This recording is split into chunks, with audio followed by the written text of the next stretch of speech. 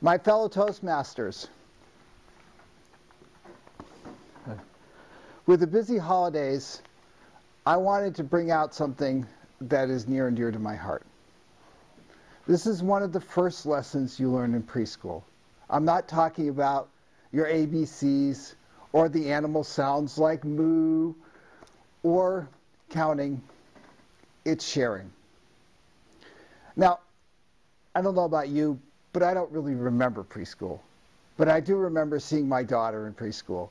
And I do remember seeing her learn to share. She went through the first stage. If you see little kids, you see them in the sandbox and they play side by side. They know the world's around them, but it's beside them and they don't interact with them.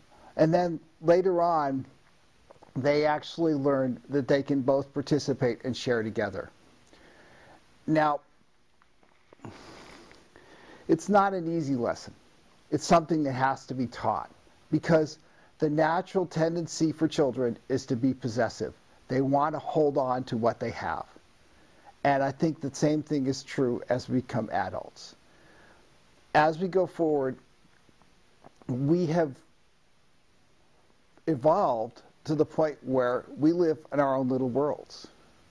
Now, some of us, like Bill Gates, can go and give $2 billion to solve world health problems.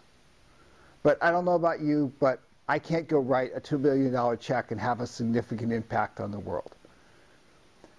We all have to get involved and figure out why and how we can be more involved.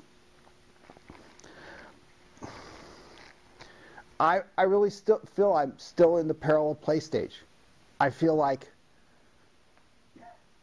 I have lots of virtual connections to the world, but I haven't figured out how to share and cooperate enough directly. And why is that? What makes that so hard? And I think part of the problem is that I view sharing as something that is hard to do. There's barriers to overcome. You really have to figure out what you can do, how you can do it, and ways to be effective. How many of you in the last year with the current economic conditions know somebody who's lost their house, their job, or their family? One of my friends, she lost first her business, that made her lose her house, that made her lose her marriage and her husband. But luckily one of my other friends stepped in and she's living with them now and she's going to school to be a nurse. And she has more self-esteem and more brightness of spirit than I've ever seen her have in her whole life.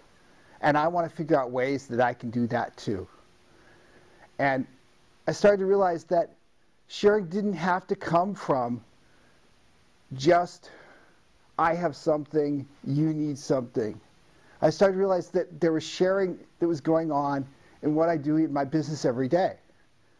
I was at the store. I went to the store to buy a Blu-ray player for Christmas. And I started to realize all the ones I was looking at, they had something that I had contributed, and bits of me were inside there.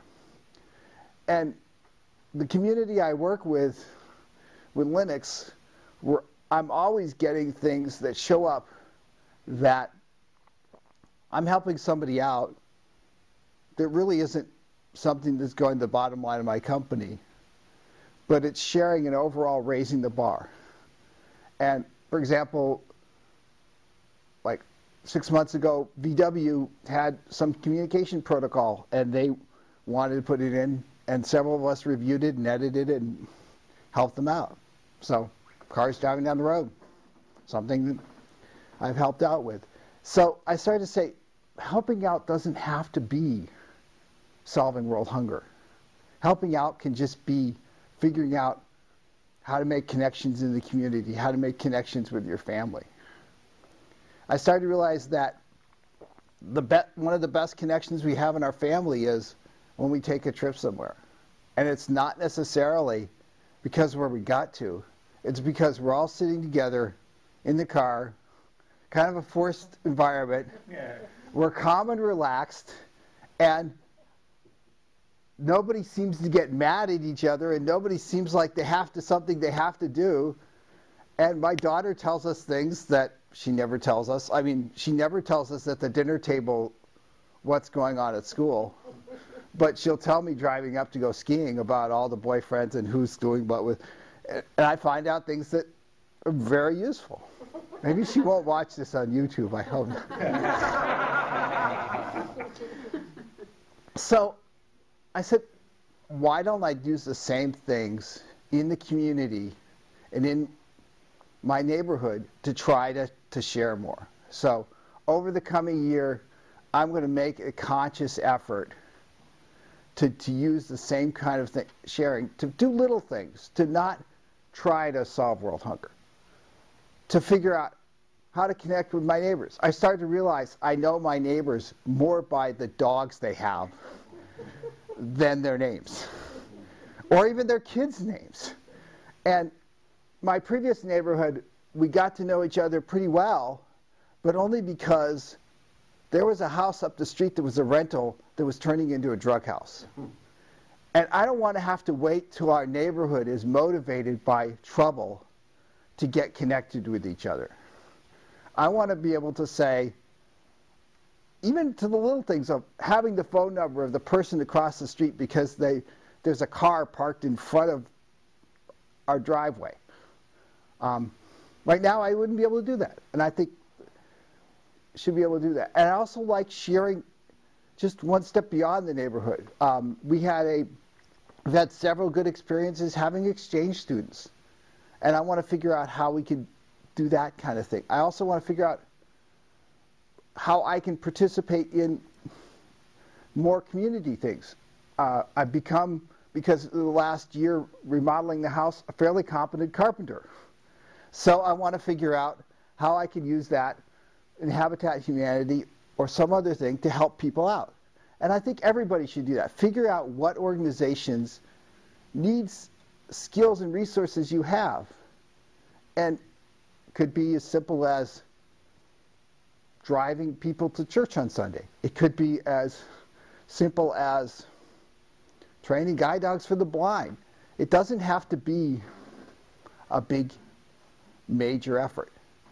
And so I just would like to leave everybody with the goal for the next year, which is to figure out ways they can use their time, their skills, and their dreams, and maybe somebody's dream will come true.